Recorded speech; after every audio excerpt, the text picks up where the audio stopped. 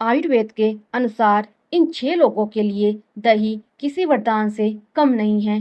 क्या आप जानते हैं कि आपकी रसोई में रखा दही हर इंसान के लिए एक जैसा काम नहीं करता? कुछ लोग इसे खाते हैं तो उनका शरीर ब्लॉक होने लगता है, लेकिन हमारे समाज में 6 प्रकार के लोग ऐसे हैं जिनके लिए आयुर्वेद में दही को साक्षात अमृत यानी सबसे बेस्ट माना गया है। अगर आप भी इन 6 कैटेगरी में से किसी एक में आते हैं तो दही आपकी काया पलट सकता है। आज यशोदावाणी पर मैं आपको सीधे और साफ शब्दों में बताऊंगी कि वो कौन से लोग हैं जिन्हें दही आज से ही शुरू कर देना चाहिए और उसे किस खास चीज के साथ मिलाकर खाना चाहिए। वीडियो को बिल्कुल स्किप मत करना, क्योंकि चौथे नंबर वाले लोगों के बारे में जानकर आप हैरान रह जाएंगे। आयुर्वेद के महान ग्रंथ चरक और सुश्रुत संहिता में दही को अकेला यानी सादा खाने से मना किया गया है, क्योंकि ये स्वभाव से अभिसंधि होता है यानी नसों में रुकावट पैदा कर सकता है। लेकिन जब दही को इसके सही जोड़ीदार अनुपान के साथ खाया जाए तो ये कुछ खास तरह के लोगों के लिए कमाल की औषधि बन जाता है। चलिए बिना समय गवाए बात करते हैं पहले प्रकार के लोगों की। नंबर 1, कमजोर पाचन और पेट के विकारों वाले लोग। सबसे पहले वो लोग आते हैं जिनका पेट हमेशा उनका साथ छोड़ देता है। इसमें 3 तरह के लोग शामिल हैं। पहले वो जिन्हें बार बार दस्त या मरोड़ की शिकायत रहती है। आयुर्वेद कहता है कि दही में ग्राही गुण है, यानी ये मल को बांधता है। ऐसे लोगों को ताजे दही की ऊपरी परत में भुना जीरा, सौंठ और सेंधा नमक मिलाकर खाना चाहिए।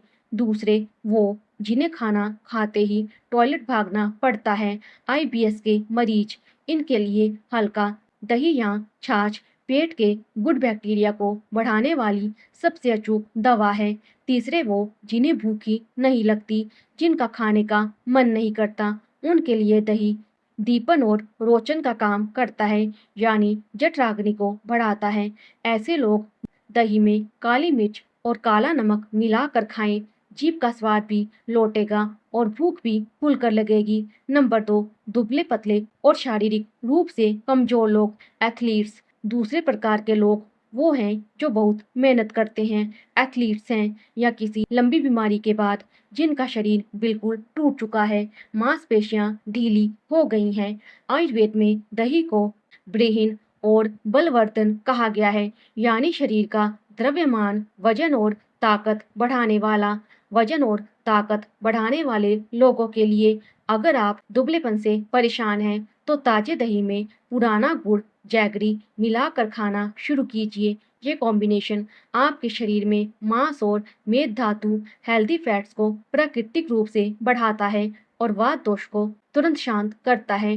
यशोदावाणी पर इस बात को नोट कर लीजिए कि ये वजन बढ़ाने का सबसे सेफ और नेचुरल तरीका है। तो ये थे पहले 2 प्रकार के लोग, लेकिन क्या आप जानते हैं कि वो पुरुष जिनमें स्टेमिना या अंदरूनी कमजोरी है, या वो लोग जो पुरानी सर्दी जुकाम से परेशान हैं, उनके लिए दही को कैसे अमृत बनाया जाता है?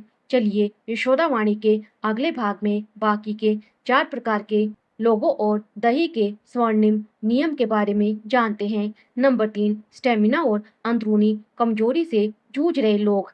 तीसरे प्रकार के लोग वो हैं जो दिन भर थके थके रहते हैं, जिनमें स्टेमिना की कमी है या जो अंदरूनी पुरुषत्व वाइटलिटी की कमजोरी से जूझ रहे हैं। बहुत कम लोग जानते हैं कि आयुर्वेद में दही को वृक्ष माना गया है, यानी एक बेहतरीन नेचुरल टॉनिक जो शुक्र धातु और वीर्य को बढ़ाता है। इनके लिए बेस्ट कॉम्बिनेशन।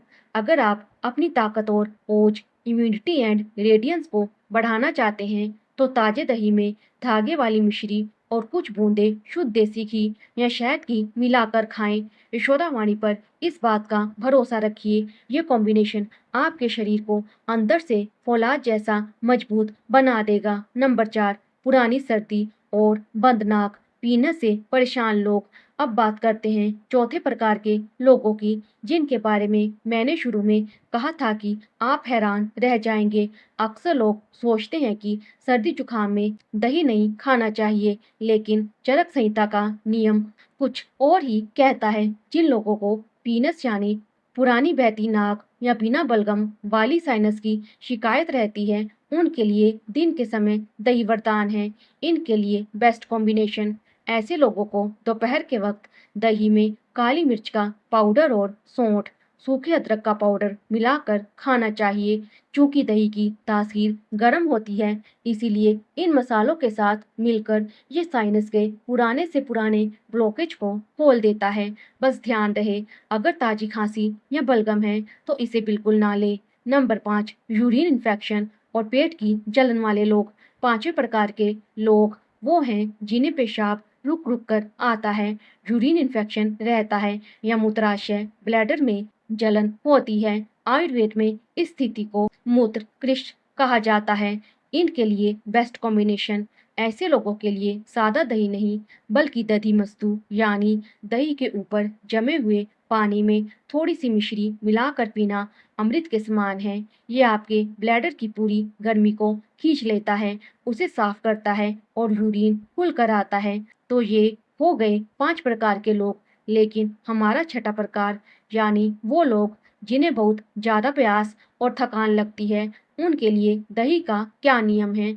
और सबसे ज़रूरी बात, ऋषि वाघभट का वो कौन सा स्वर्णिम नियम है जिसके बिना दही खाना शरीर के लिए नुकसानदेह हो सकता है। नंबर 6, अत्यधिक प्यास, जलन और जल्दी थकने वाले लोग।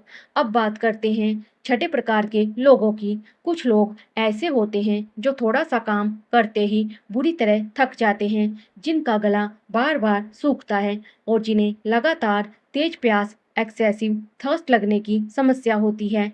आयुर्वेद के अनुसार ऐसे लोगों के शरीर में पित्त और गर्मी बढ़ जाती है। इनके लिए बेस्ट कॉम्बिनेशन, ऐसे लोगों को दही को मथ कर उसमें ठंडा पानी मिलाकर लस्सी या छाछ बना लेनी चाहिए।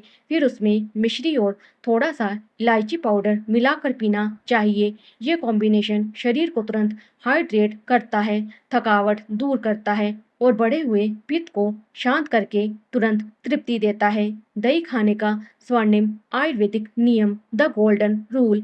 अब वीडियो का सबसे जरूरी हिस्सा, जिसे आपको कभी नहीं भूलना है।